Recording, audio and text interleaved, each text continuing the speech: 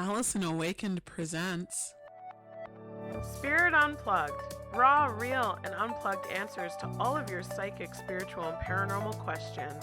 Hosted by me, professional psychic medium Allison Boswell, and my sometimes skeptical sidekick Nick.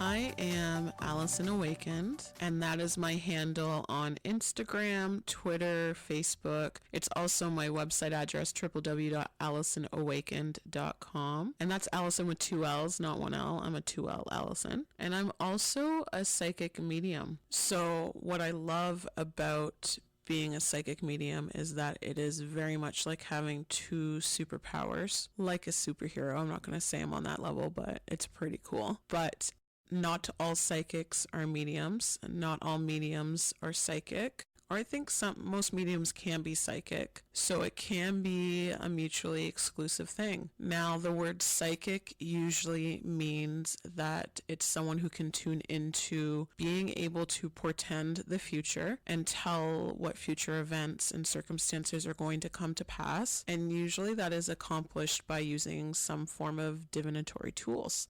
Most of the tools that you would have maybe heard of would be tarot, which would be cartomancy, as well as palmistry, reading the lines on the palm. And I believe one palm is your past palm and one is your future, but I can never keep that straight. I think right is future. I don't know. I think I'm just throwing that out there because I'm right-handed. And with reading the future, unlike someone who needs to use tools, because if you've ever read with me, you know that I don't use tools, I actually use my other skill, my mediumship, as a tool to be able to connect to the future. So when I am reading psychically the future for anyone that I'm sitting down with, I am actually using spirit communication to be able to get a sense of the future. So I am connecting with spirit guides, loved ones on the other side, as well as the higher self. And sometimes the higher self is like a past version of the self or a future version of the self. So that's where it gets kind of dicey for me. And then my mediumship is really spirit communication. So it's the ability to communicate through different 6 senses or ways of connecting. It's an ability to have a conversation in spirit through pictures, words, sounds, emotions, physical sensations, and it's that mediumship that allows me to tune into the psychic side of things. But one thing that is really, really, really cool, I think is just like the most awesome thing ever, is that my psychic ability is a bit different. And I would be so interested to know if there is anyone out there that also has this same way of tuning into the future. I would love to meet you and talk shop with you. So I have learned through the shop talk I've done up until this point with other psychics and mediums I've met through my travels, and just like, you know, it's a professionalism. We're all kind of in the same club, so we talk shop a lot, and talking shop for us means that we're talking about spirits and weird spiritual phenomena. But what I've learned through talking to other psychic mediums is that I see the future a little differently. The way that I see the future is almost like that sensation that you have when you walk into Hogwarts. When you walk into this building where the staircases, the hallways, the rooms are ever evolving and changing. And as you're stepping up that staircase, you're stepping up with the purpose and the intention and the trust that the most correct path is just going to lay out in front of you. So when I see the future, I am seeing all of the alternative paths. I don't know how much I believe in alternative realities, but this has given me some kind of idea that there may be alternative ways of things happening. But I see all of the paths, and what Spirit highlights for me are 2 very distinct things when I see all the paths. The first is all of the main choices and variables that lead to each path. So it is very much a Cole's Note summary. I'm not seeing all the intricacies. Spirit's like giving me the bullet point list or the cheat list of the main decisions and variables. And then on top of that, the second key thing that Spirit really tunes me into is a sense of probability of what's most likely to come to pass out of current situations and behaviors and actions and decisions in the present. So your future is more likely to go in certain directions based on who you are now. That's kind of the concept of it. But as I read the future, I can read what's most likely to come to pass and also let you know the certain variables that can occur, which will allow things to kind of domino line up in a very different way for you. So that to me is almost like, I want to say, evidence of some free will, evidence of some ability in our lives to choose and to manifest. And that is me. Those are my gifts and abilities as a psychic and a medium. Hi, I'm Nick. I am Allison's sometimes colleague. This is my first time doing a podcast. It's something I've been wanting to do for a long time. Never knew what I wanted to do the podcast on, but when Allison came to me and said she wanted me to produce a podcast with her about all the wonderful things she does, I just couldn't say no. And I'm just going to say this is a bit of a passion project. I'm hoping it will turn out well, and it's going to be a fun and bumpy ride. And I'm just happy to be a part of it. I'm an avid podcast listener. I've been listening to podcasts since, I don't know, maybe 1 or 2 years. And, I got a bunch of different podcasts that I like to listen to. The Myths and Legends podcast, Stuff You Should Know, and many others. But, it's just... It's so nice to be able to jump on this side of the mic.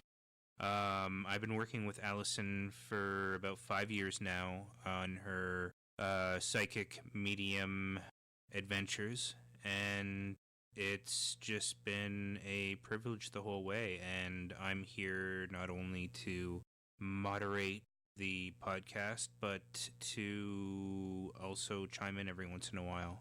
Come with us as we go on our adventure.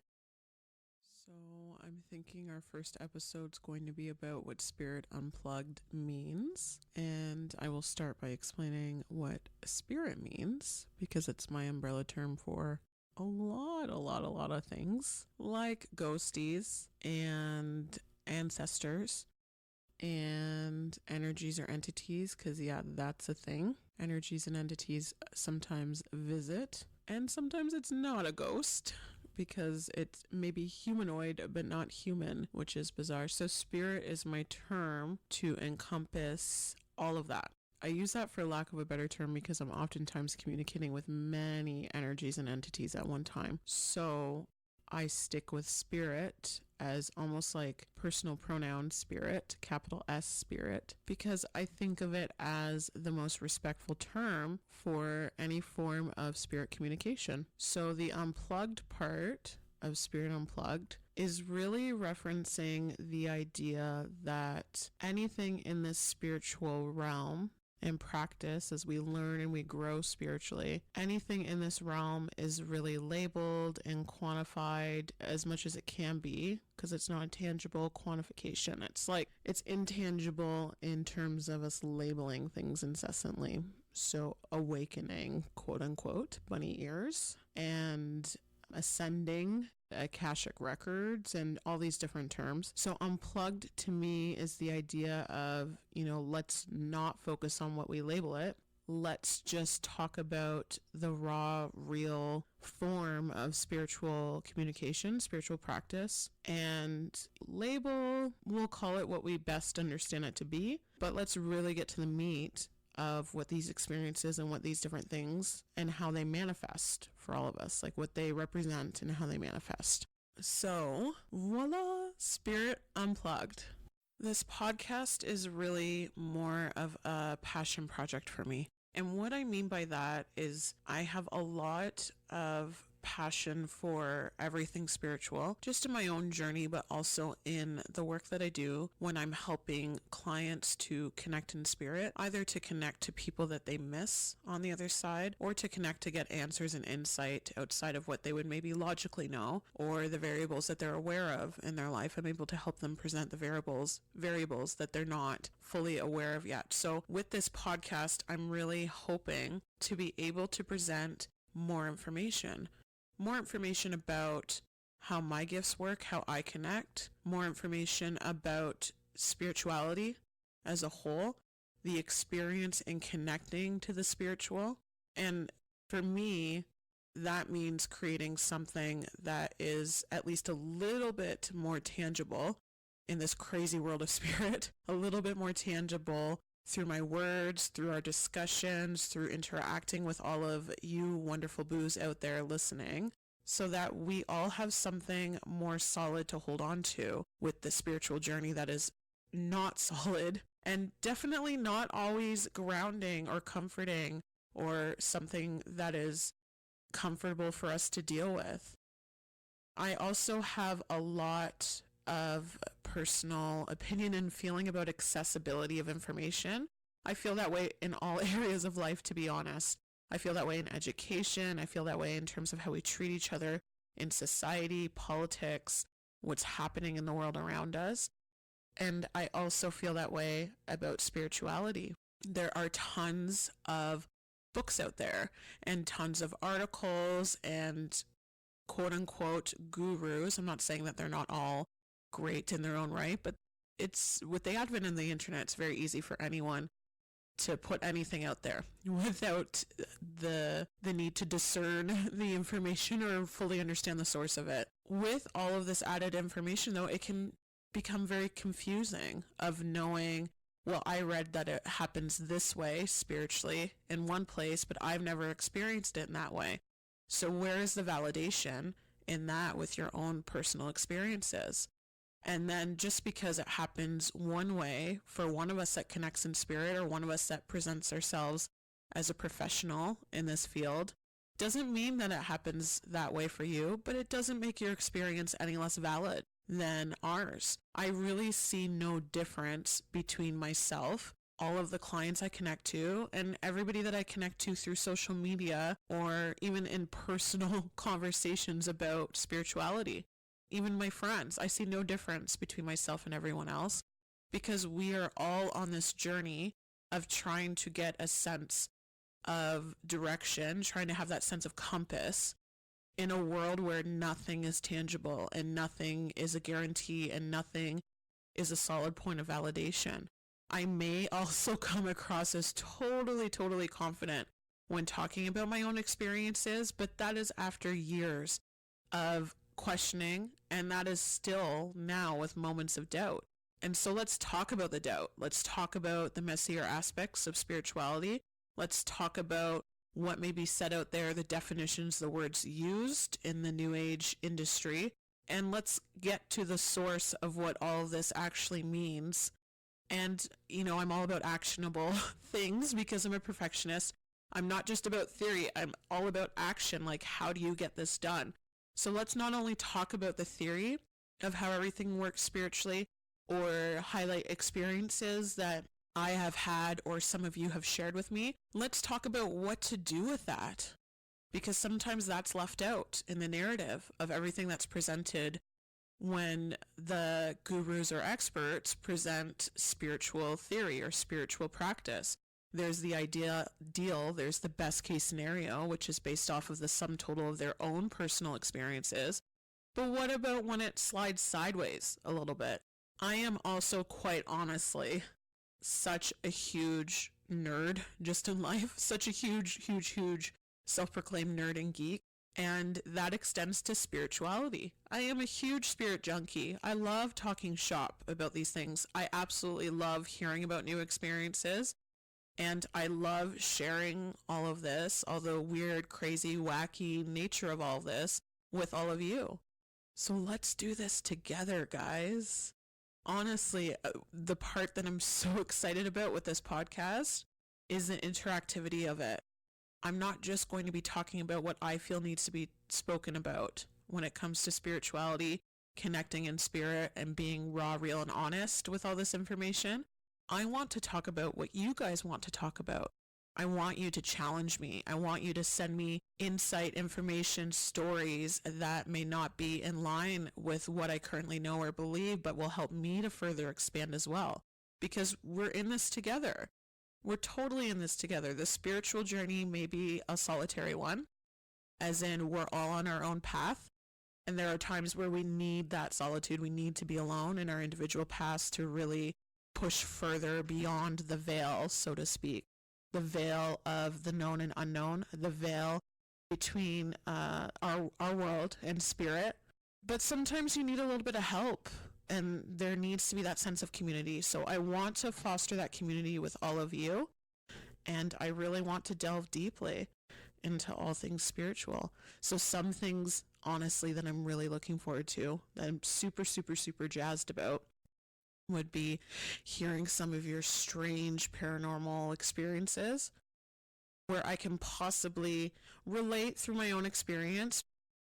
Also, perhaps ask Spirit for some added insight into the paranormal experience that you've gone through.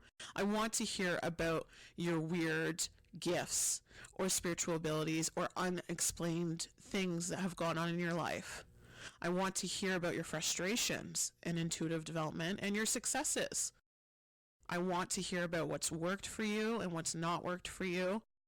And if we all share this information together, we all grow better and stronger in that connection in spirit. I totally believe that. I believe I have as much to learn from you as you have to learn from me. So we are doing this together. And we, for me, is you, me, and spirit. The three of us are in this together. Totally 100%. I feel that way in client sessions, and I absolutely feel that way about this podcast. We're going to be ending off this great first episode of the podcast with some amazing creepy crawly ghost stories based on our own personal experiences, because why not? And also, ghost stories are so fun. Sometimes you can hear a bit of yourself through the experiences that you hear from other people. Ghost story number 1. 2 to 3 years ago, I was at a show in Windsor, Ontario for one of the many psychic expos that I traveled to. And at this show, I did not have my normal partner in crime, Nick, with me.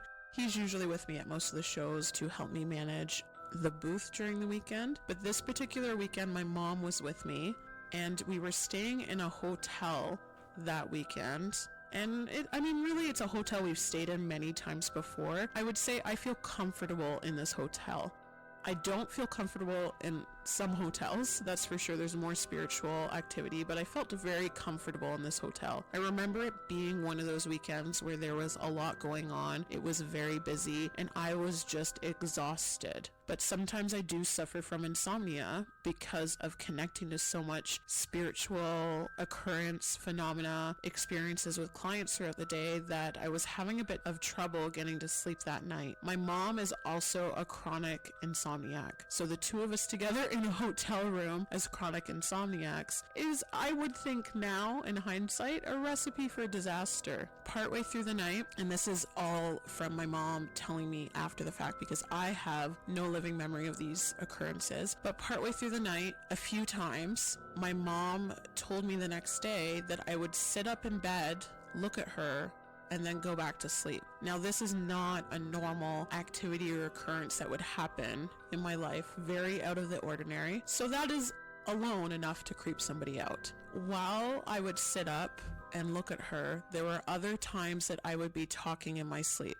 I've never been one to talk in my sleep. I've never done that before opening up further to the gifts and opening up to my mediumship. So now in mediumship, I suppose I do channel while I'm sleeping, which is very normal when you're open to your gifts. So far in the evening, I'm sitting up periodically and looking at her, then going back to sleep. I'm speaking in my sleep. And then at one point in the evening, my mom hears another voice in the room. She hears in terms of directionality, she hears the voice coming from my side of the bed. She sees that my phone is on the bedside table. And so in her mind, she's assuming that this voice is spontaneously coming out of my phone. But what she hears is the voice of a little girl. She wrote that off in her mind that night, thinking, okay, this is strange and disconcerting, but I don't quite understand technology, so I'm assuming Allison's phone is maybe making some noise in the middle of the night. It's not until after the weekend is over that my mom tells me about these stories, because my mom tries really hard not to stress me out while I'm working at a show weekend. So we are doing our decompression in the car ride on the way home from Windsor, and for us it's about 5 hours, so there's plenty of time to decompress. And then she starts relaying to me all of the events of what happened that one night. She tells me that I sat up a few times in my sleep, which already kind of gives me the creepy crawly feelings and the goosebump feeling, because that is not normal for me to do. She tells me about my talking in my sleep, which was new to me at that time and was enough to freak me out. But then she tells me about this voice of a little girl coming from my side of the bed. And she immediately says, "I figured it was your phone playing some music or a ringtone of some kind." So then I have to take the time to explain to my mother, my phone is always set on do not disturb at night, which means my phone doesn't ring. My phone doesn't give any audible alert after 9 p.m. at night. I then explained to her that even if a voice were to come out of my phone, I would have to actually unlock my phone and play something for it to start. So we both looked at each other, had that creepy moment of recognition between the two of us, and now we don't speak of it because it's one of those things where my mom now knows how much of a medium I am, that I tracked paranormal activity, and quite frankly, I don't know who this little girl is. I never further channeled it. I hope she's all right, but yeah, creepy. That's generally something that happens more often when a medium first comes into their gifts, doesn't it? Yeah, I would say that's true, Nick, is that when a medium first comes into their gifts, there's going to be a lot more weird occurrences. I mean, in your house, of course. My house sometimes is other hotels and being on the road, so that may be why it happened.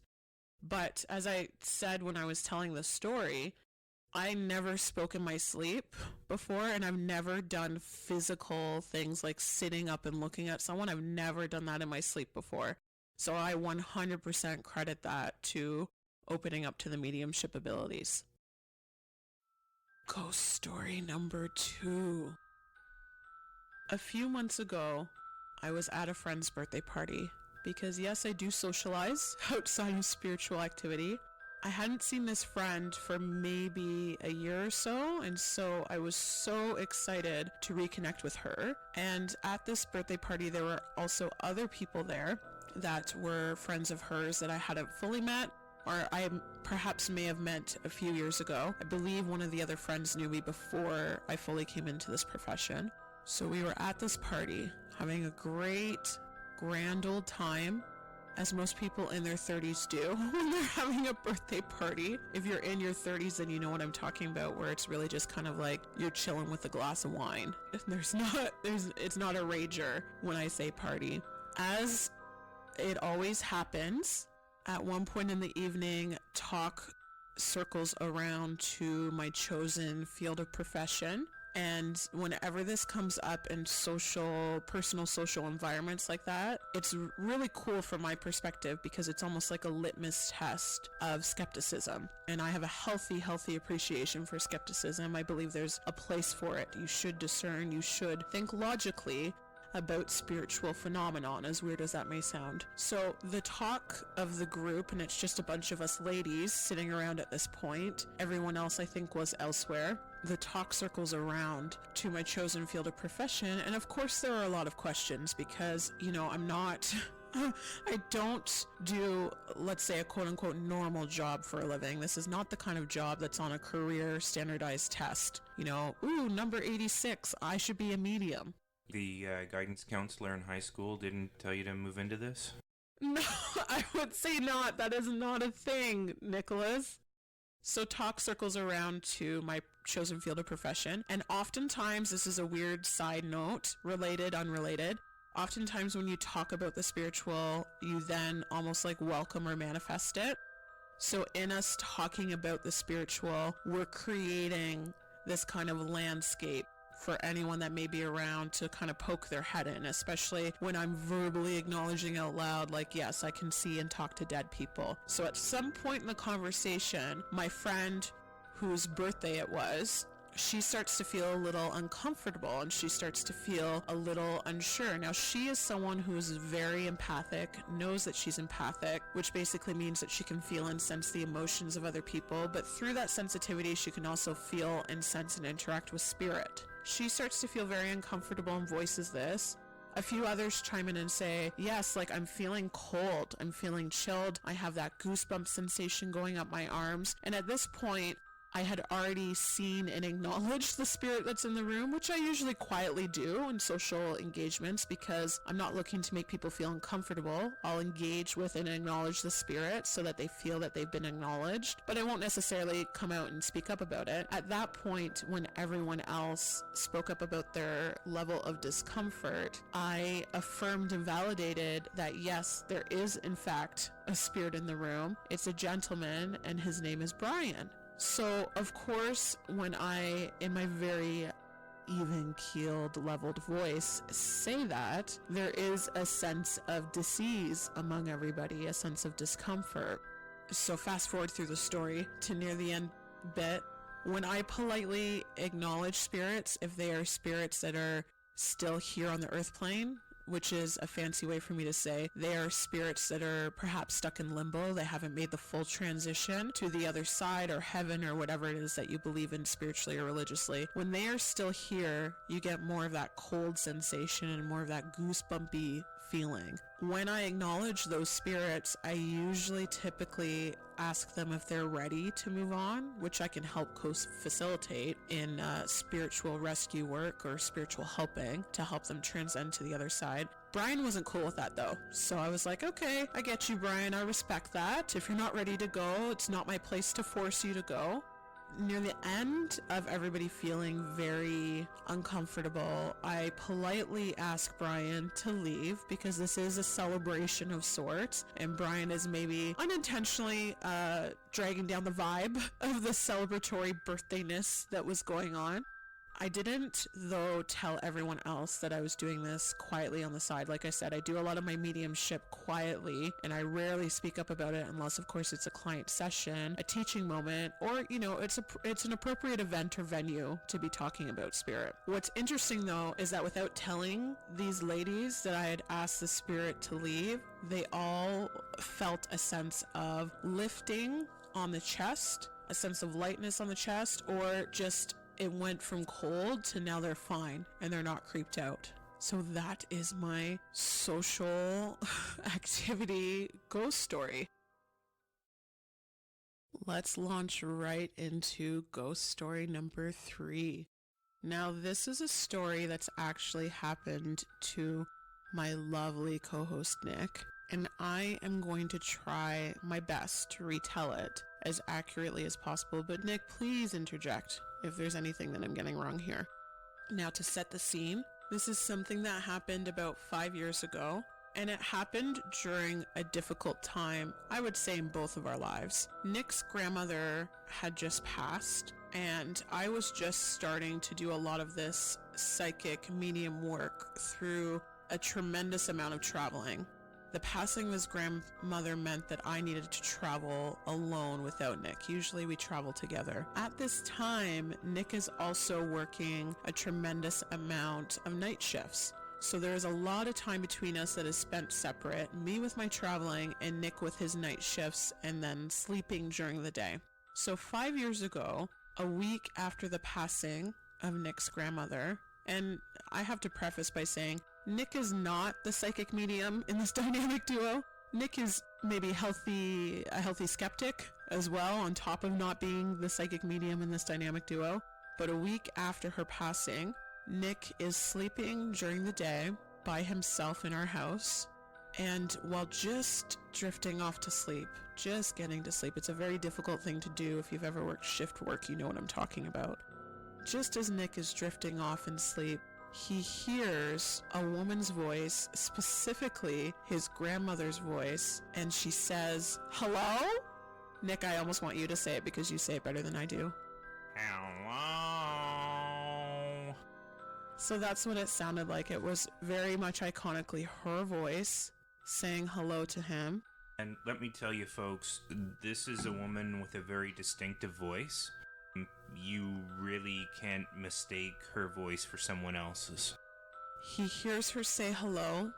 That's all he hears. He almost physically hears it. So there's different kinds of hearing in spirit. But he physically hears it noticeably enough to shake him, rouse him out of his dozing off. And then after that, you had a hard time getting back to sleep, didn't you? You couldn't sleep after that. Yeah, there was no going back to sleep after that. I pretty much had to lie in bed, but I pretty much stayed awake all day and had to do an entire night shift with no sleep. And then that was it. That was all about the story or experience. She just, the hello, the way that you retell it, Nick, and say it, which I much prefer your voice in saying it than mine. But the way that you say it is almost like one of those hellos has a question mark, like one of those invisible question marks at the end. Almost like testing the waters, like, testing, 1, 2, 3, can you hear me? It sounded like one of those kind of hellos to me. Is that right? Yeah, it was, it's like when you walk through a house and you're trying to see if anyone's there, so you just yell hello out to anyone who may be in the building.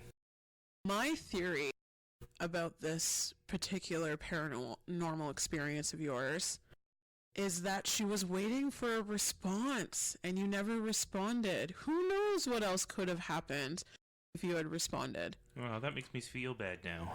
No, don't feel bad. You know that your grandmother loves you, and your grandmother knows that I'm the medium, you're not, but you are one of her favorite grandchildren. That I know beyond a shadow of a doubt. So it's weird because sometimes these ghostly paranormal experiences happen as kind of a testing of the waters. The experience itself is spirit trying to see how open you are to communicating. It's still kind of creepy, sure.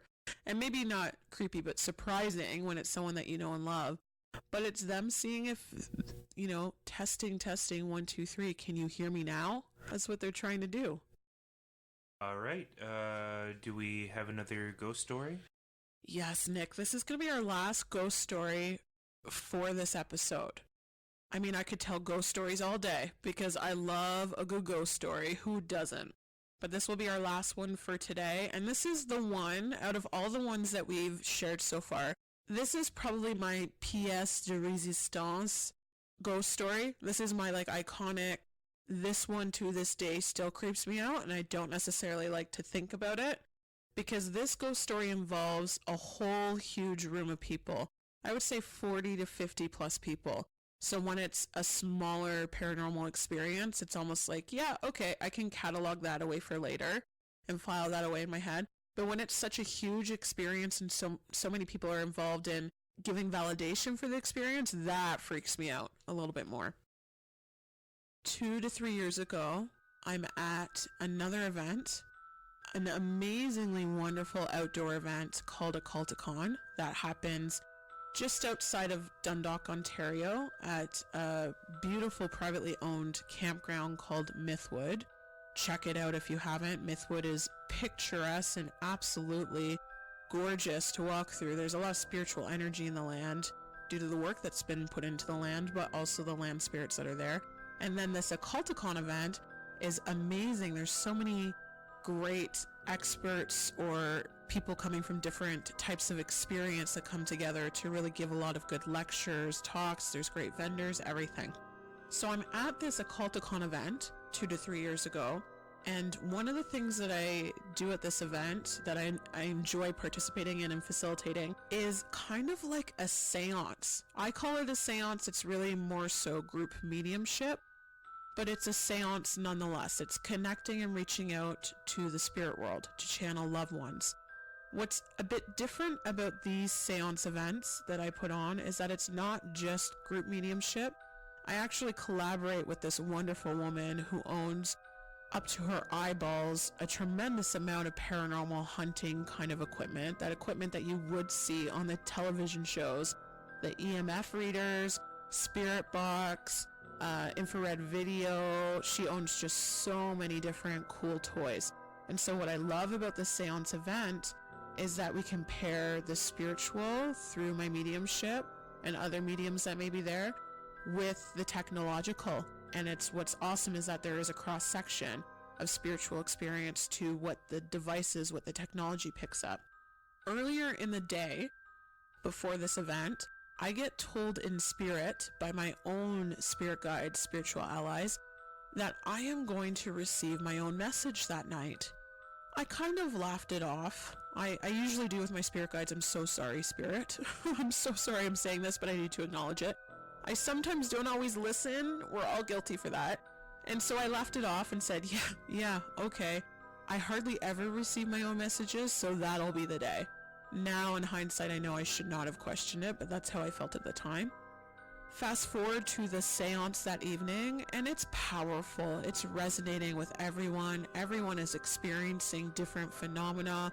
There's cold spots in the room and people feeling like a hand on their shoulder, and it's just really, to set the tone, the stage, it's just such a really strong experience already of its own accord.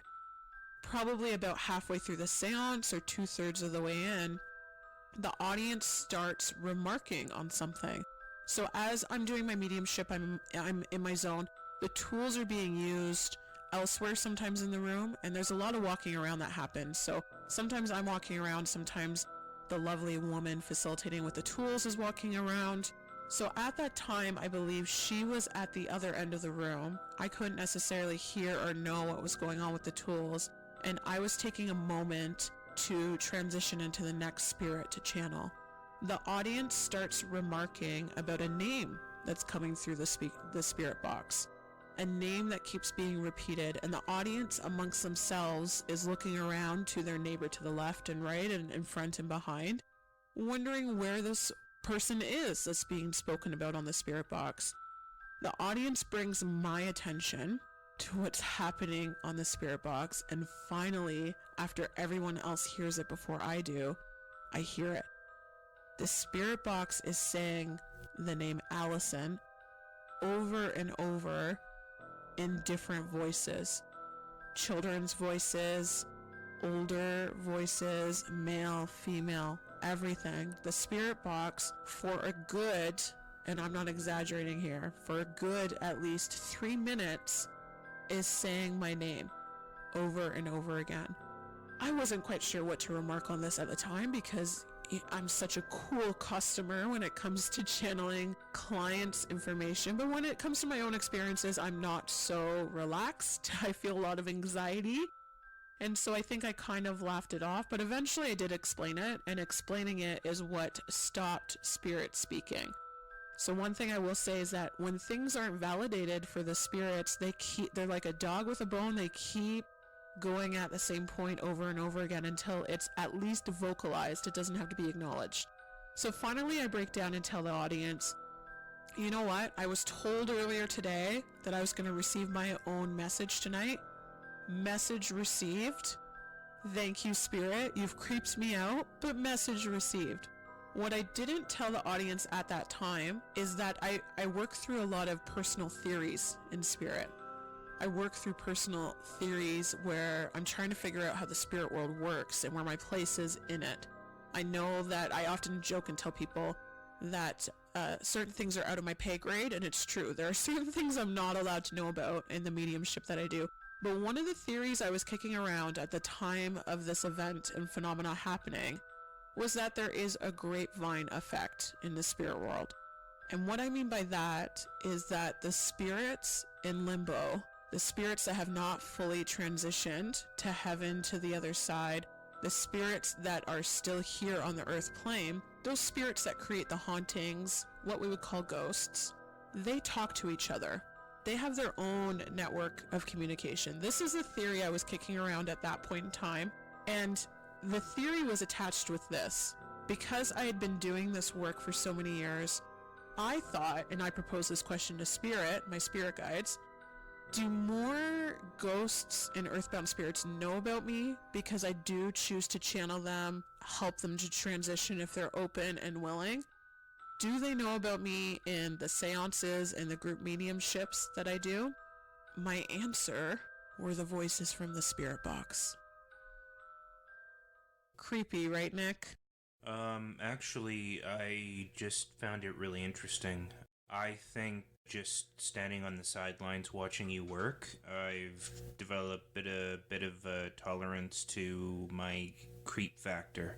Are you saying that between the two of us, me being the medium that can actually see the dead people and you not being the medium, you're less creeped out by all this than I am? Yeah, you're so creepy that I've just gotten used to it. Oh my god.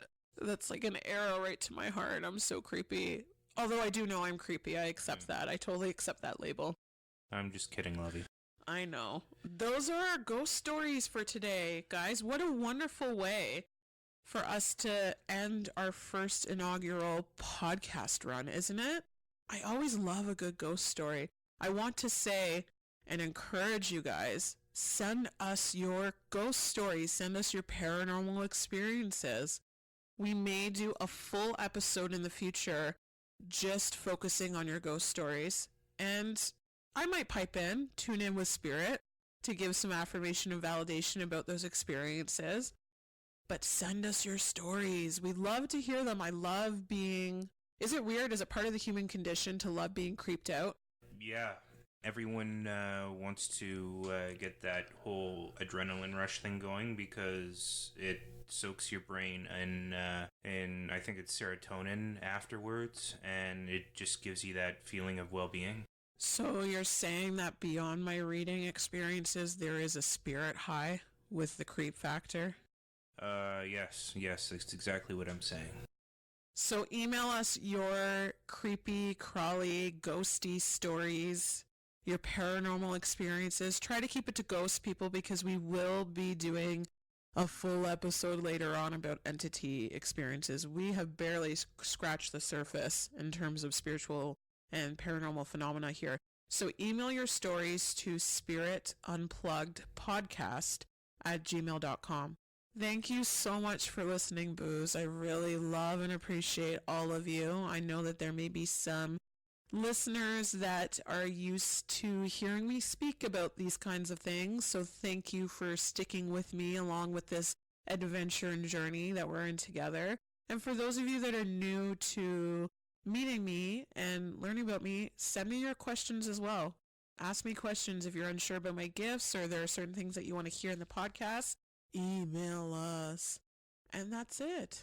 That's it, guys. See you next episode. Bye. Thank you for listening to us on Spirit Unplugged. If you have questions about our content, guests, or future episode requests, email us at spiritunpluggedpodcast@gmail.com. Subscribe to our podcast on Apple iTunes or Google Play. And join us next time when you need to unplug.